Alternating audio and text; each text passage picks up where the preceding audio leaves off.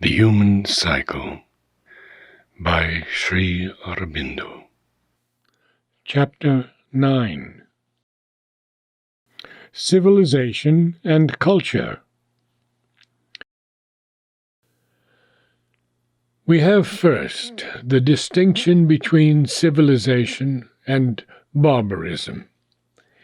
In its ordinary, popular sense, civilization means the state of civil society, governed, policed, organized, educated, possessed of knowledge and appliances, as opposed to that which has not or is not supposed to have these advantages. In a certain sense, the Red Indian, the Basuto, the Fiji Islander, had their civilization. They possessed a rigorously, if simply organized society, a social law, some ethical ideas, a religion, a kind of training, a good many virtues, in some of which it is said civilization is sadly lacking. But we are agreed to call them savages and barbarians, mainly, it seems, because of their crude and limited knowledge, the primitive rudeness of their appliances, and the bare simplicity of their social organization. In the more developed states of society, we have such epithets as semi-civilized and semi-barbarous, which are applied by different types of civilization to each other. The one which is for a time dominant and physically successful has naturally the loudest and most self-confident say in the matter.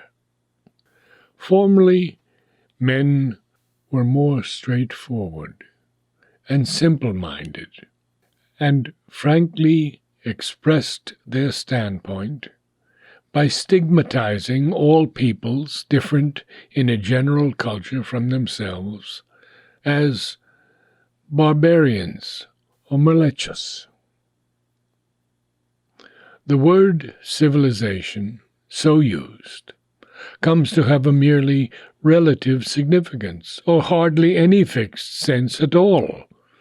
We must therefore get rid in it of all that is temporary or accidental, and fix it upon this distinction that barbarism is the state of society in which man is almost entirely preoccupied with his life and body, his economic and physical existence, at first with their sufficient maintenance, not as yet their greater or richer well-being, and has few means and little inclination to develop his mentality, while civilization is the more evolved state of society in which to a sufficient social and economic organization is added the activity of the mental life in most,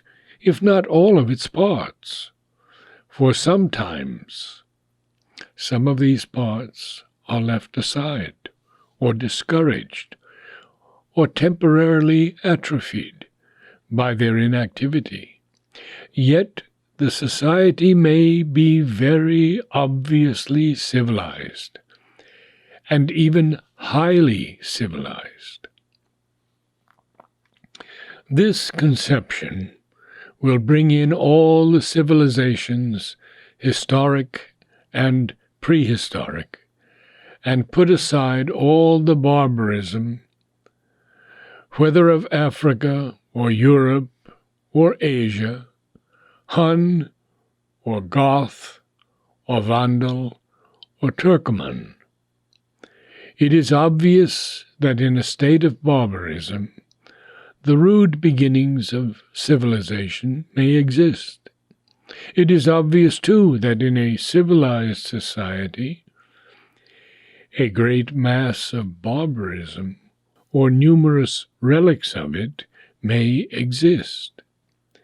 In that sense, all societies are semi-civilized.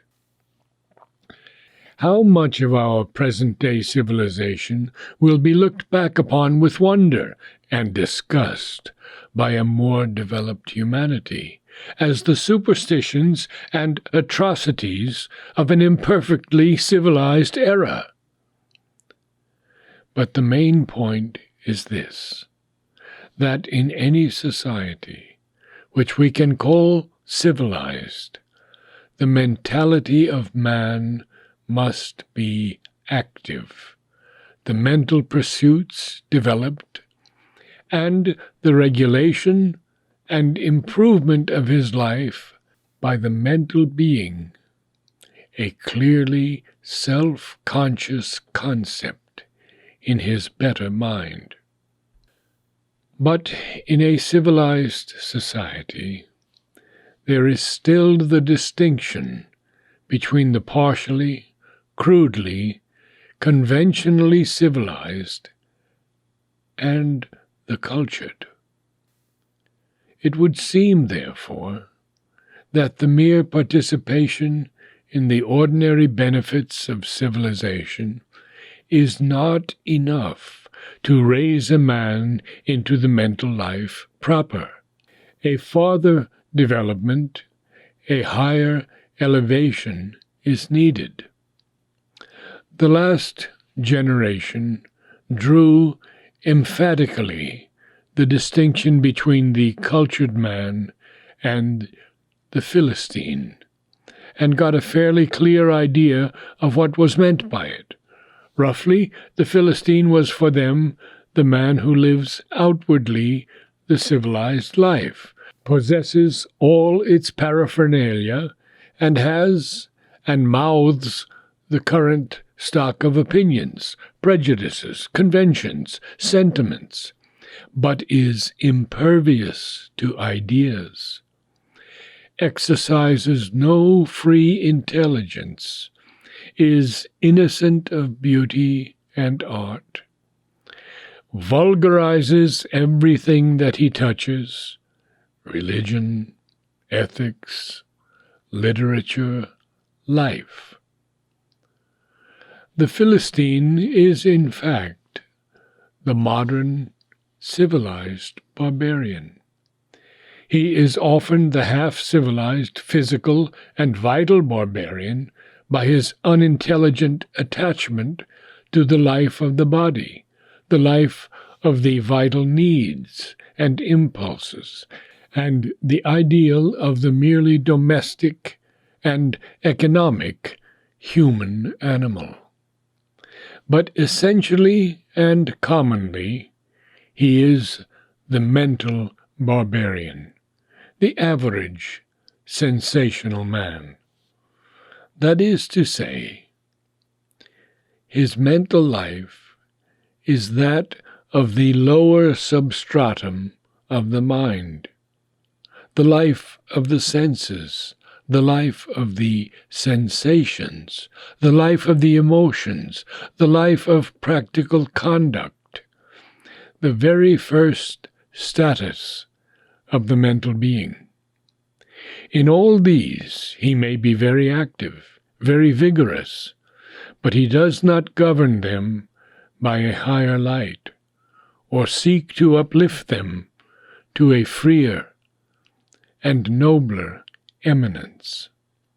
Rather, he pulls the higher faculties down to the level of his senses, his sensations, his unenlightened and unchastened emotions, his gross utilitarian practicality.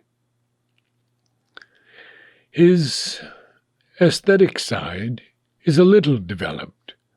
Either he cares nothing for beauty, or has the crudest aesthetic tastes, which help to lower and vulgarize the general standard of aesthetic creation and the aesthetic sense. He is often strong about morals, far more particular, usually about moral conduct, than the man of culture. But his moral being is as crude and undeveloped as the rest of him. It is conventional, unchastened, unintelligent, a mass of likes and dislikes, prejudices and current opinions, attachment to social conventions and respectabilities, and an obscure dislike, rooted in the mind of sensations and not in the intelligence, of any open defiance or departure from the generally accepted standard of conduct. His ethical bent is a habit of the sense mind.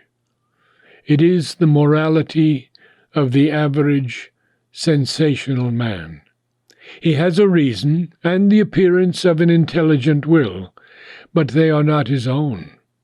They are part of the group mind, received from his environment, or so far as they are his own, merely a practical, sensational, emotional reason and will, a mechanical repetition of habitual notions and rules of conduct, not a play of real thought and intelligent determination. His use of them no more makes him a developed mental being than the daily movement to and from his place of business makes the average Londoner a developed physical being, or his quotidian contributions to the economic life of the country make the bank clerk a developed economic man. He is not mentally active, but mentally reactive, a very different matter. The Philistine is not dead. Quite the contrary. He abounds, but he no longer reigns. The sons of culture have not exactly conquered, but they have got rid of the old Goliath and replaced him by a new giant. This is the sensational man, who has got awakened to the necessity of at least some intelligent use of the higher faculties, and is trying to be mentally active. He has been whipped and censured and educated into that activity, and he lives beside in a maelstrom of new information, new intellectual fashions, new ideas, and new movements to which he can no longer be obstinately impervious. He is open to new ideas. He can catch at them and hurl them about in a rather confused fashion. He can understand or misunderstand ideals, organize to get them carried out, and even, it would appear, fight and die for them. He knows he has to think about ethical problems, social problems, problems of science and religion, to welcome new political developments, to look with as understanding an eye as he can attain to, at all the new movements of thought and inquiry and action that chase each other across the modern field, or clash upon it. He is a reader of poetry, as well as a devourer of fiction and periodical literature. You will find in him, perhaps, a student of Tagore, or an admirer of Whitman. He has perhaps no very clear ideas about beauty and aesthetics, But he has heard that art is a not altogether unimportant part of life. The shadow of this new Colossus is everywhere. He is the great reading public. The newspapers and weekly and monthly reviews are his. Fiction and poetry and art are his mental caterers. The theater and the cinema and the radio exist for him. Science hastens to bring her knowledge and discoveries to his doors, and equip his life with endless machinery. Politics are shaped in his image. It is he who opposed and then brought about the enfranchisement of women, who has been evolving syndicalism, anarchism, the war of classes, the uprising of labor, waging what we are told are wars of ideas or of cultures, a ferocious type of conflict made in the very image of this new barbarism, or bringing about in a few days Russian revolutions which the century-long efforts and sufferings of the intelligentsia failed to achieve. It is his coming which has been the precipitative agent for the reshaping of the modern world. If a Lenin, a Mussolini, a Hitler have achieved their rapid and almost stupefying success, it was because this driving force, this responsive, quick-acting mass, was there to carry them to victory. A force lacking to their less fortunate predecessors. The first results of this momentous change have been inspiriting to our desire of movement, but a little disconcerting to the thinker and to the lover of a high and fine culture. For if it has to some extent democratized culture, or the semblance of culture, it does not seem at first sight to have elevated or strengthened it by this large accession of the half-redeemed from below. Nor does the world seem to be guided any more directly by the reason and intelligent will of her best minds than before. Commercialism is still the heart of modern civilization. A sensational activism is still its driving force. Modern education has not, in the mass, redeemed the sensational man. It has only made necessary to him things to which he was not formerly accustomed: mental activity and occupations, intellectual and even aesthetic sensations, emotions of idealism. He still lives in the vital substratum, but he wants it stimulated from above. He requires an army of writers to keep him mentally occupied and provide some sort of intellectual pabulum for him.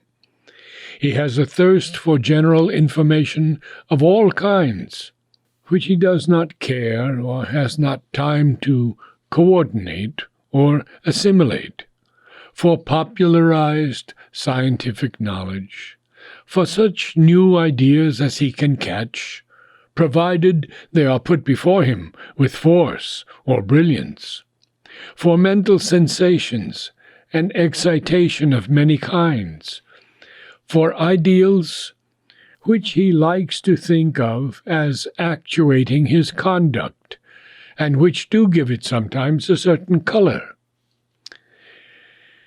It is still the activism and sensationalism of the crude mental being, but much more open and free, and the cultured, the intelligentsia, find that they can get a hearing from him such as they never had from the pure Philistine, provided they can first stimulate or amuse him.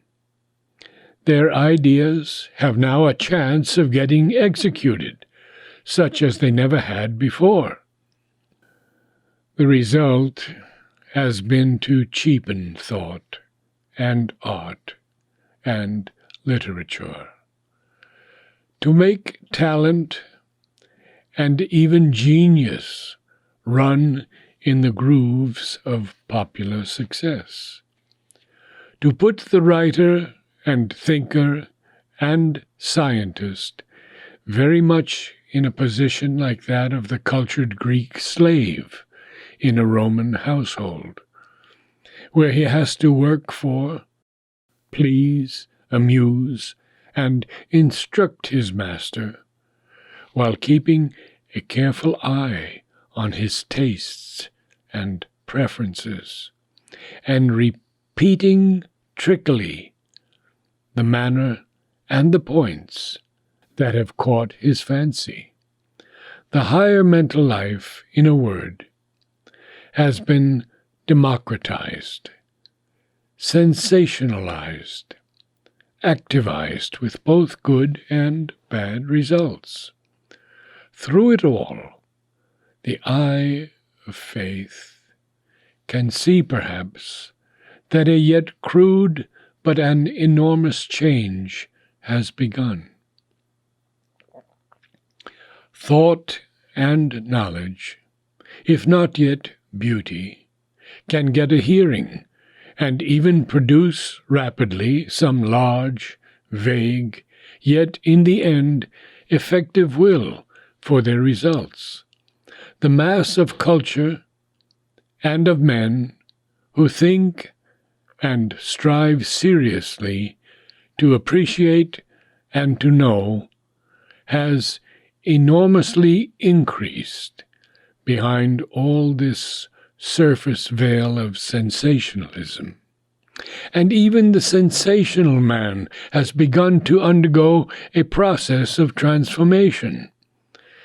Especially new methods of education, new principles of society are beginning to come into the range of practical possibility, which will create, perhaps, one day, that as yet unknown phenomenon, a race of men, not only a class, who have to some extent found and developed their mental selves,